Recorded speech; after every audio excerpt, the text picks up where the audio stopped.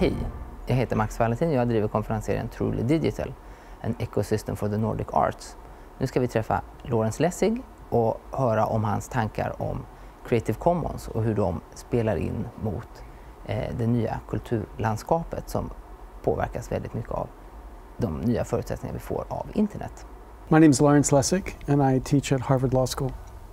Why is it important for us to have a strong public domain now?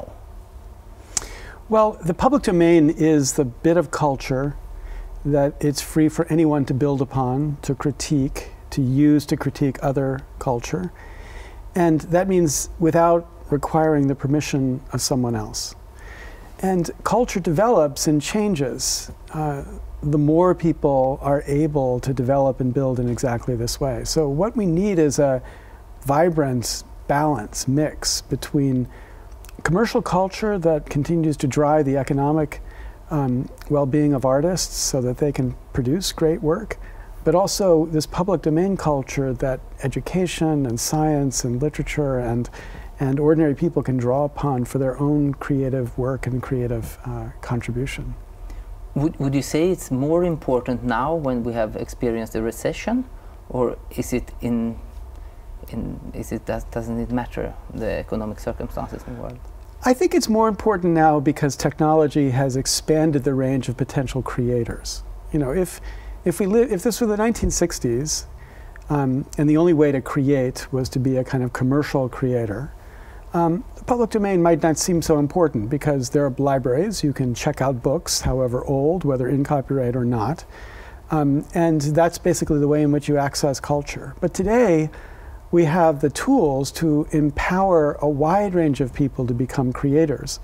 And if they're going to do so legally, they either have to clear the rights with the copyright owners or build upon work that's in the public domain.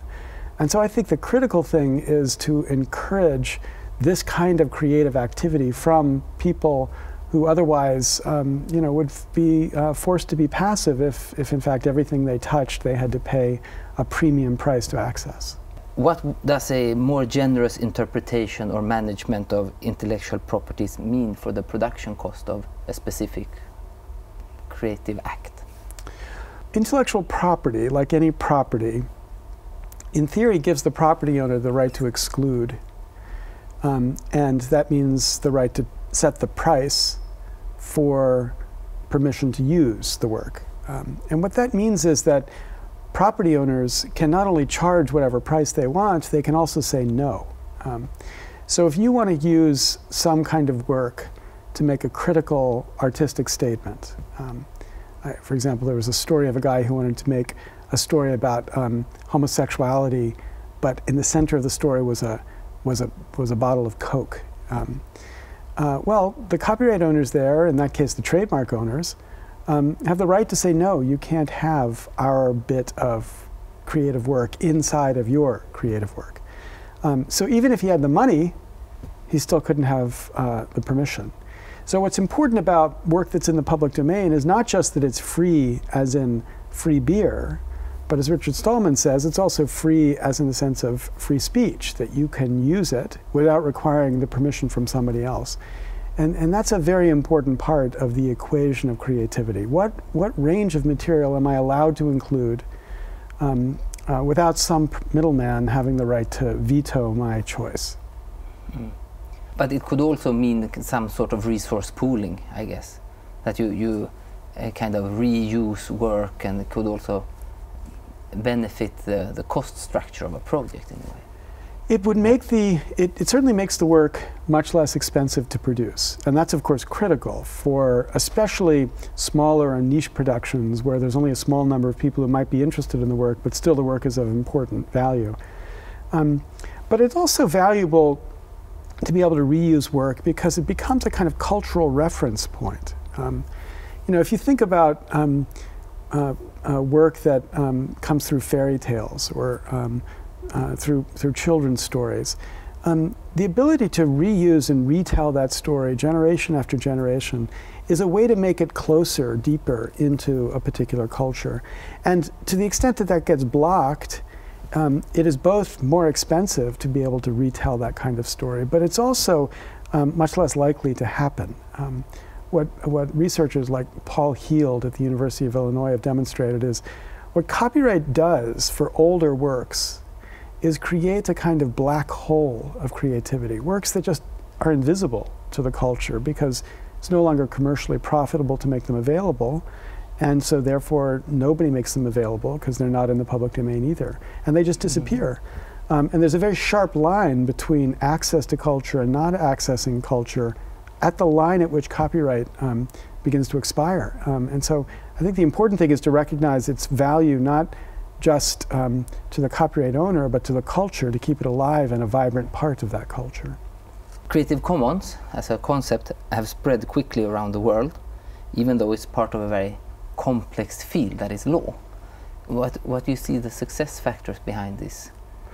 Well, the objective of Creative Commons was not just to provide legal tools, but also to provide a package of tools that made it easy for people to understand the freedoms that they were committing to the public, and also easy for machines to identify the freedoms that are tied to creative work. So it's the fact that we wrap a license in a machine-readable expression and also in a human-readable statement of the freedoms that I think it makes it a more manageable, more usable kind of tool than traditional copyright is. You know, nobody's going to even understand a copyright license if they pick it up and read it.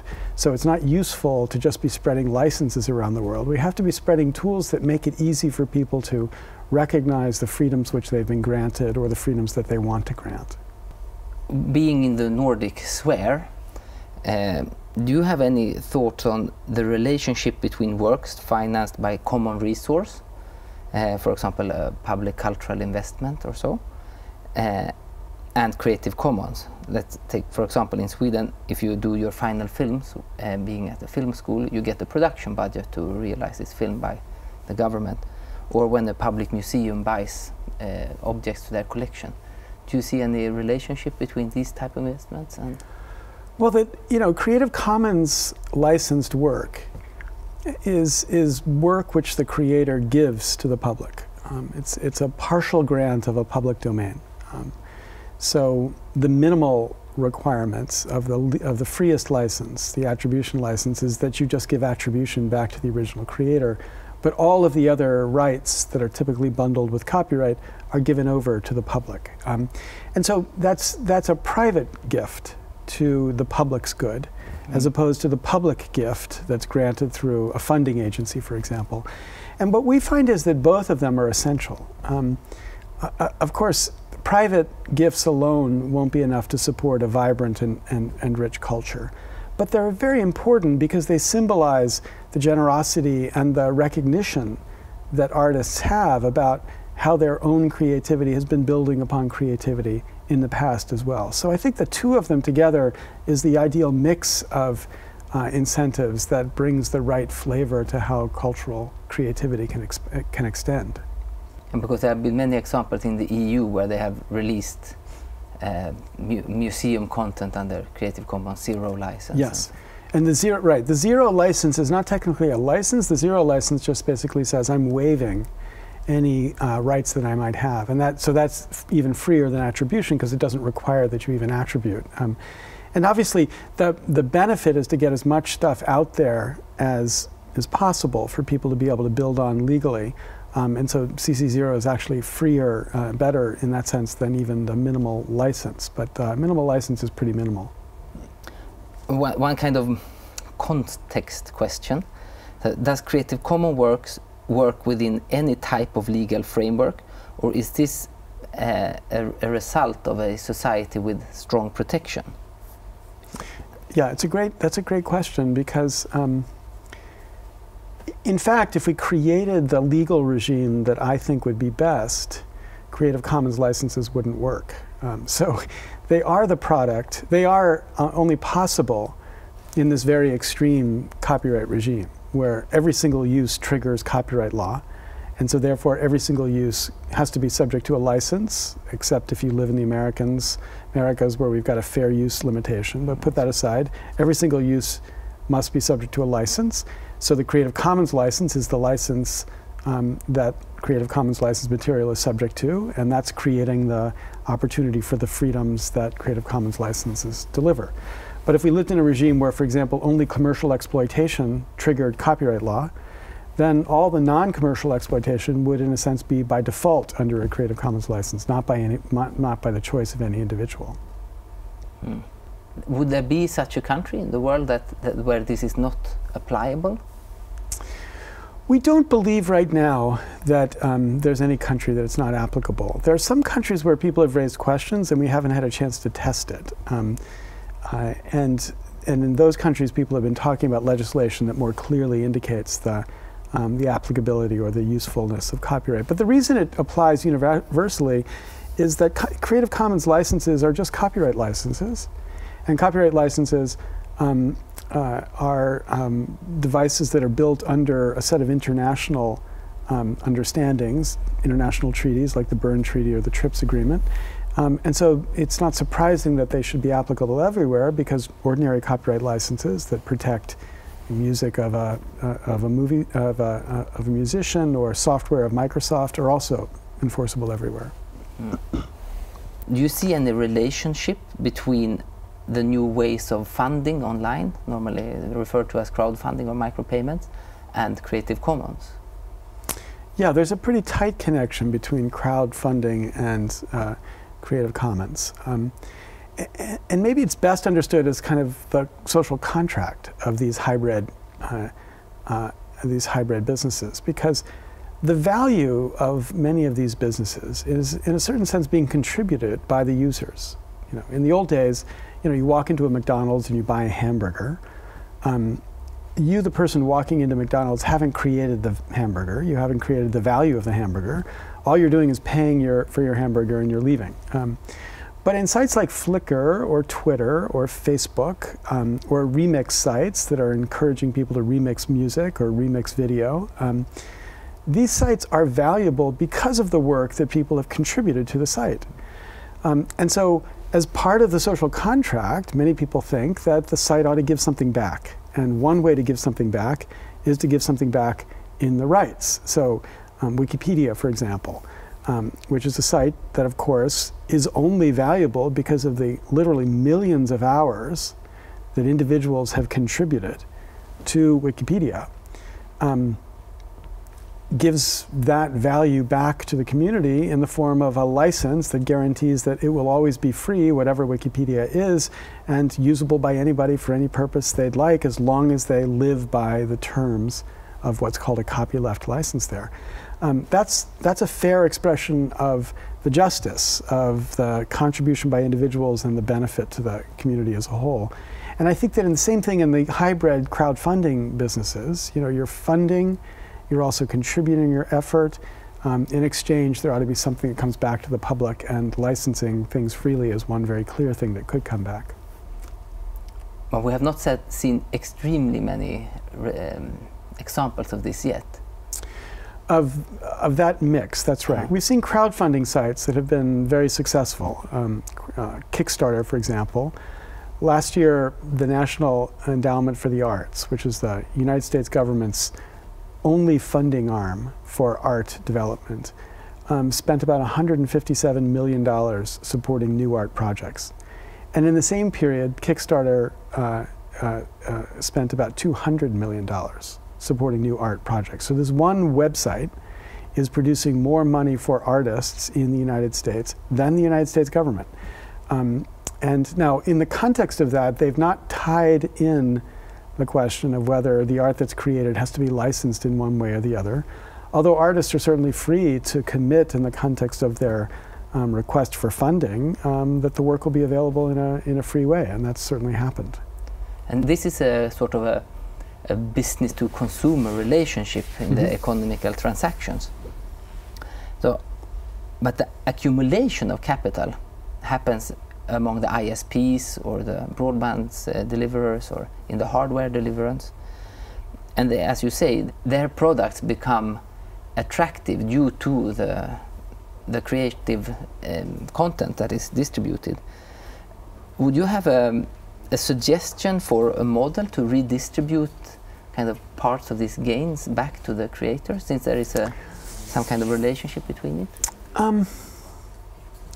I think the better strategy is to just assure competition on the platform providers, so that whatever returns that the platform providers are getting is just the minimal kind of competitive returns. I mean, it seems a cleaner way to deal with the system because it's just very hard to understand what the value is that they should be taxed to hand back to the creators. I think the proper place to think about money to creators is at the government level, like what's the commitment of the public to supporting public art? And also at the individual level, what's my desire to support or to benefit the public art? Those two things together, I think, should be the core drivers here. And I fear that to the extent we say to businesses, well, we will ask you to give a certain amount of money back, they will say in return, well, we should be entitled to higher profits or higher monopoly power, which is a very dangerous dynamic in the context of the network. Hmm. What would you think comes next?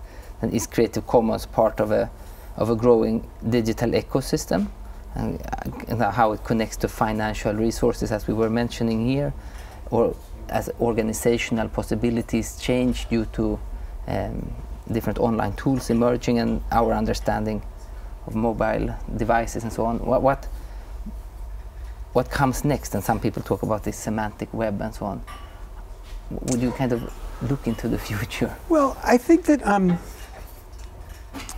you're going to see a growing part of the net, which is built by this hybrid of people creating and contributing back to a common pool. There will certainly continue to be strong commercial development, but I think these things are going to go together. They're going to develop together, and that's a good thing. It will develop not so much because of clever infrastructure like metadata built into the facilitating a semantic web, but more because there's all sorts of incentive for people to encourage the widest range of that kind of creativity. Platform owners want people to use the network for whatever purpose. They don't care if it's Madonna you're listening to, or a remix of some song you're listening to, or your photos taking into your vacation that you're uploading. They just want the net used. And that incentive, I think, is going to facilitate this growing desire for people to be creating and sharing their creativity, which is a way of saying facilitating people becoming more human. This is the essential thing humans can do. It's not the consumption, it's the creation. And we got to celebrate that more and encourage it more by building infrastructure that finds a useful way to build that creativity into ordinary life. This could be, of course, one result, but this depends very much on, as you say, what type of incentive structures we are building. Could you elaborate a little bit more on kind of how to, well, it becomes a very abstract question, but this is controlled very much about soft incentives, about how I get seen as a person, or our group can spread. There are some kind of game mechanics built into this. Yeah, I mean, what we know is that if you try to incentivize with money alone, you won't get a lot of incentive. Instead, you've got to motivate people. And people are motivated to create for many reasons, and money is just the smallest of them. And so I think in certain contexts, to the extent you can align the desire to create with other social objectives that people identify with, you'll get lots and plenty of creativity. Now, some people, are only going to create if you pay them. The painter who paints a wall white, he's not going to paint unless you pay him to do that, and and makes sense.